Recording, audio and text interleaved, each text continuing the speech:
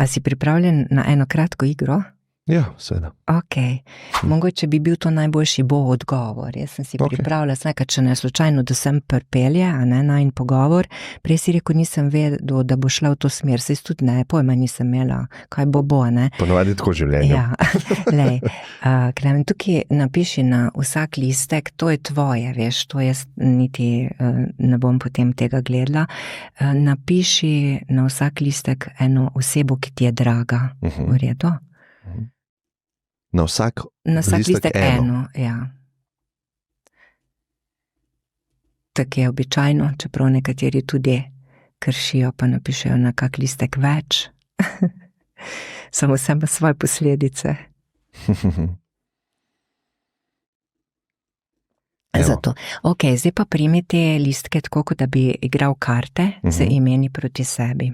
Zdaj, če bi bila to navadna delavnica, ki bi jo jaz vodila in bi bilo tam približno nekih 15 ljudi, bi hodila v krogu in ljudje bi te listke tako držali. Midva sva zdaj sama, bo mogoče malo drugače, sam če mi daš malo bližje, ampak tako, drži proti sebi. Ok, in zdaj sem probaj čutiti, kaj se ti dogaja ob tem.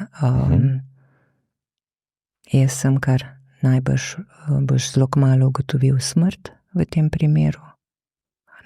Zdaj primem listek, ti bodi samo pozoren na to, kaj čutiš v tem.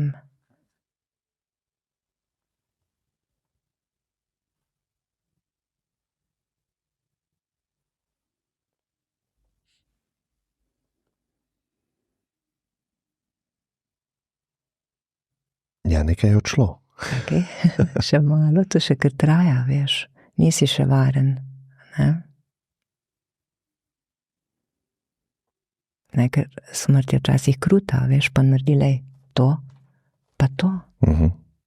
Včasih ti pa usoda da tudi kaj nazaj, recimo. Okay. Pa ti da mogoče še kaj nazaj, lej.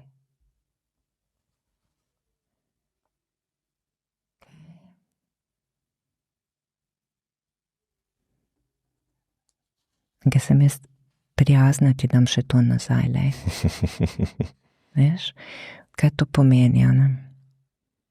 Zdaj še imaš priložnost, ne? In ko pomisliš na vse te ljudi, ja, verjetno jim boš kaj lepega povedal, danes jih objel, a ne? Bo malo drugače. Tudi zaradi te izkušnje.